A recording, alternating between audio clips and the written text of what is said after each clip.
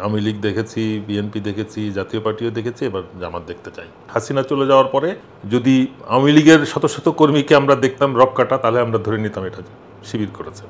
হাসিনা যেরকম 6 মাস টিকেছিল, আমি মনে করি বিএনপি ক্ষমতায় আসলে 6 মাসও ধরে রাখতে পারবে না।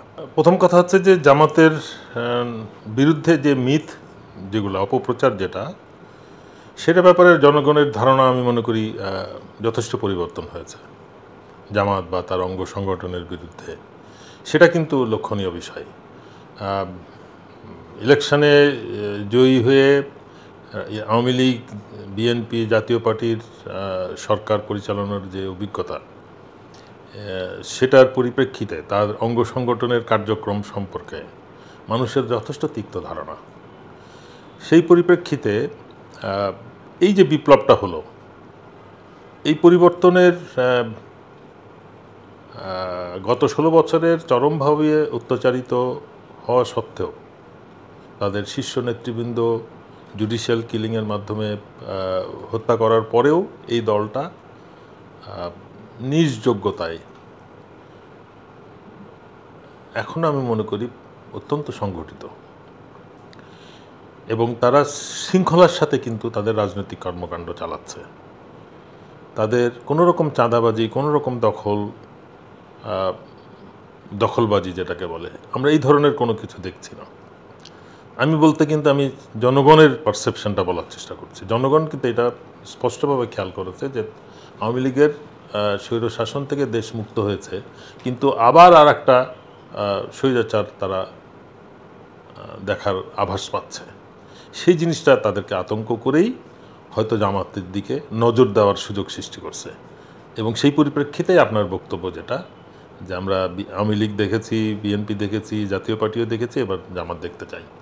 এখন জামাত এখন পর্যন্ত কি দেখাচ্ছে?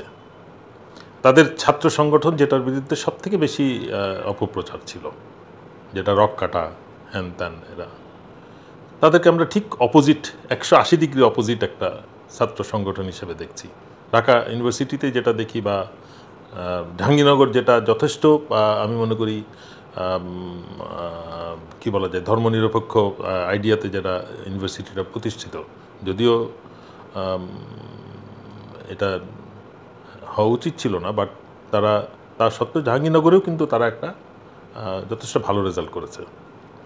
এবং তাদের কার্যক্রমটাও কিন্তু রাজনীতি যেমন হওয়া উচিত, ছাত্র সংগঠন হিসেবে ছাত্রদের যে ইউনিভার্সিটিতে কার্যকলাপ যেমন হওয়া উচিত, জামাত বা তাদের যে সংগঠনটা আছে, জোট যেটা আছে, তারা কিন্তু ওইটা অত্যন্ত সুষ্ঠু এবং সুশৃঙ্খল একটা বাহিনী হিসেবে বা দল হিসেবে নিজেদেরকে প্রতিষ্ঠা করতে পেরেছে, এবং ছাত্র কল্যাণে তারা নিয়োজিত, এটা প্রমাণ করতে পেরেছে। এটা হচ্ছে জামাতের ওই জিনিসটা এখনও পর্যন্ত কেউ দেখেনি। আমি মনে করি যে হাসিনা চলে যাওয়ার পরে যদি আওয়ামী লীগের শত শত কর্মীকে আমরা দেখতাম রক কাটা, তাহলে আমরা ধরে নিতাম এটা শিবির করেছে। বাট তেমন তো কিছু আমরা দেখলাম না, কোনো হত্যাও দেখলাম না। যারা ইদানিং যারা মারা যাচ্ছে তারা কিন্তু কেউ আওয়ামী লীগের না। ইন্টারেস্টিং। এই জিনিসটাই কিন্তু আমি মনে করছি যে মানুষের এই ধারণাটা পাল্টাতে সাহায্য করছে। দল হিসেবে জামাত ইসলামকেও যেটা দেখা যাচ্ছে, তাদের যথেষ্ট সংগঠিত, কোনো রকম চাঁদাবাজি কার্যকলাপ বা এই ধরনের দখলবাজির মধ্যে তাদেরকে আমরা দেখছি না। প্লাস যেটা বাজারে প্রচার রয়েছে জনগণের মধ্যে, যে জামাত দখল করছে ইউনিভার্সিটি আর বিএনপি দখল করছে হাট ঘাট মাঠ, টেন্ডারবাজি করতেছে, এই জিনিসগুলো কিন্তু বাস্তবেও হচ্ছে বলেই কিন্তু মানুষ, যে পজিটিভ দখল কারা করছে, নেগেটিভ দখল কারা করছে, জি, এই জিনিসটাই জনগণকে বেশি আপনার ওই কথার দিকে নিয়ে যাচ্ছে, যে আমরা বিএনপি দেখেছি, আওয়ামী লীগ দেখেছি, এবার জামাতকে দেখতে চাই। বাস্তবে তো মানুষ যদি ভোট দেওয়ার সুযোগ পায়, তখনই বোঝা যাবে যে মানুষ কি চায়। আর যদি তারা ভোট না দিতে পারে আগের বার পুরনো বন্দোবস্তের মতো, তাহলে তো আমরা আবার একটা বিশৃঙ্খল সিস্টেমের মধ্যে বা স্বৈরাচার সিস্টেমের মধ্যে চলে যাবো বলে মনে করছি। একটা বিষয় হচ্ছে যে জামাত আসলে নির্বাচনে কতটা আসন পাওয়ার মতো একটা দল। অনেকে তো বলে যে 50টা আসন পাওয়ার মতো দল, বা 40টা, 100 ছুঁইছে, এমন কেউ বলে না।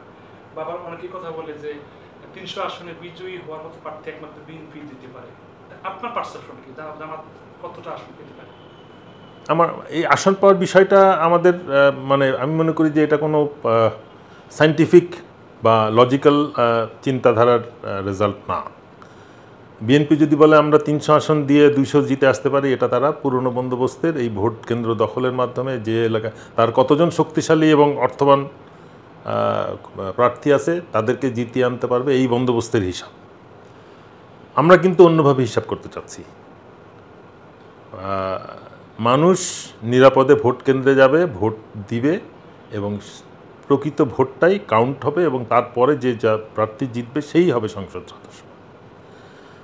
আমার ধারণা এই ধরনের কোনো ভোট যদি করা সম্ভব হয়, শুধু সম্ভব হয় না, এটাই করতে হবে, এটাকেই আমরা ভোট বলবো এবং আগামীতে যদি ভোট হয় তাহলে এই ভোটই হইতে হবে। আমার ধারণা এইবার জনগণ সে ব্যাপারে সচেতন আছে। কোনো রাজনৈতিক দল যদি ধারণা করে থাকে যে তারা ভোট কেন্দ্র দখল করে ভোট কেটে বেরিয়ে আসবে, আমার ধারণা যে জনগণ ভোট কেন্দ্র পাহারা দিয়ে তাদের নিজস্ব বন্দোবস্তের ডিজিটাল সিস্টেমে মনিটরিং করেই তারা সঠিক ভোট নিশ্চিত করবে, যেভাবে ইউনিভার্সিটিগুলোতে করা হলো। প্রত্যেকটা এলাকায় আমি মনে করি এরকম সচেতন জনগণ বা গোষ্ঠী আছে যারা তাদের এলাকার ভোটকে সুষ্ঠু এবং নিরবিচ্ছিন্ন করার জন্য সক্রিয় থাকবে। সেই রেজাল্টটা আমাদের সবাইকে অবাক করতে পারে, যেভাবে ইউনিভার্সিটিতে করেছে। তো সুতরাং ওই 40টা আসন আমি মনে করি এটা খুবই ম্যাচিওর একটা ক্যালকুলেশন। কিন্তু জামায়াত এবং বিএনপির মধ্যে যে একটা দ্বন্দ্ব আমরা প্রায় দেখি, সম্প্রতি একটা সাক্ষাৎকারকে ঘিরে অনেক জল্পনা কল্পনা প্রস্ফুটিত হয়েছে এই সময়। একটা পর্যায়ে এসে যে ফখরুল ইসলাম আলমগীর তিনি বলেছেন এই সাক্ষাৎকার নাকি তিনি দেননি। তাহলে আপনি কি বলবেন? মানে দ্বন্দ্ব একদিকে হচ্ছে, দ্বন্দ্ব হওয়ার পরে আবার বলা হচ্ছে আরেকটা, এই বিষয়ে আপনি? এখানে প্রাথমিক যে আমরা পার্থক্যটা দেখছি, একটা দল একটা অপশক্তির উপর নির্ভর করে ক্ষমতা আসতে চাচ্ছে। আওয়ামী লীগ যার উপর নির্ভর করে, ভারতের উপর নির্ভর করে, বা তার একটা 16 বছরের সেট প্রশাসন সিস্টেম, সশস্ত্র বাহিনী সব কিছুর সেট করে নির্বাচিত হওয়া পরেও 6 মাসের বেশি টিকতে পারে নাই। সেই সিস্টেমকে আরেকটা দল অ্যাডাপ্ট করে নিতে চাচ্ছে। এটা কিন্তু মানুষকে সবথেকে বেশি হতাশ করছে। এর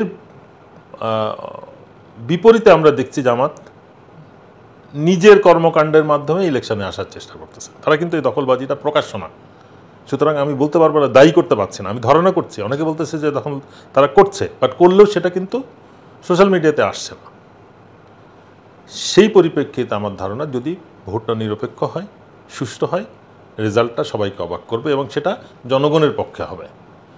আর যদি পুরনো বন্দোবস্তের ইলেকশন হয়, বর্তমান প্রশাসন, বর্তমান আইন শৃঙ্খলা বাহিনী, তাহলে আবার দেশ একটা অনিশ্চয়তার দিকে চলে যাবে। হাসিনা যেরকম 6 মাস টিকে ছিল, আমি মনে করি বিএনপি ক্ষমতায় আসলে 6 মাসও ধরে রাখতে পারবে না, বিকজ তাদের সেন্ট্রাল কোনো শক্ত নেতৃত্ব নাই।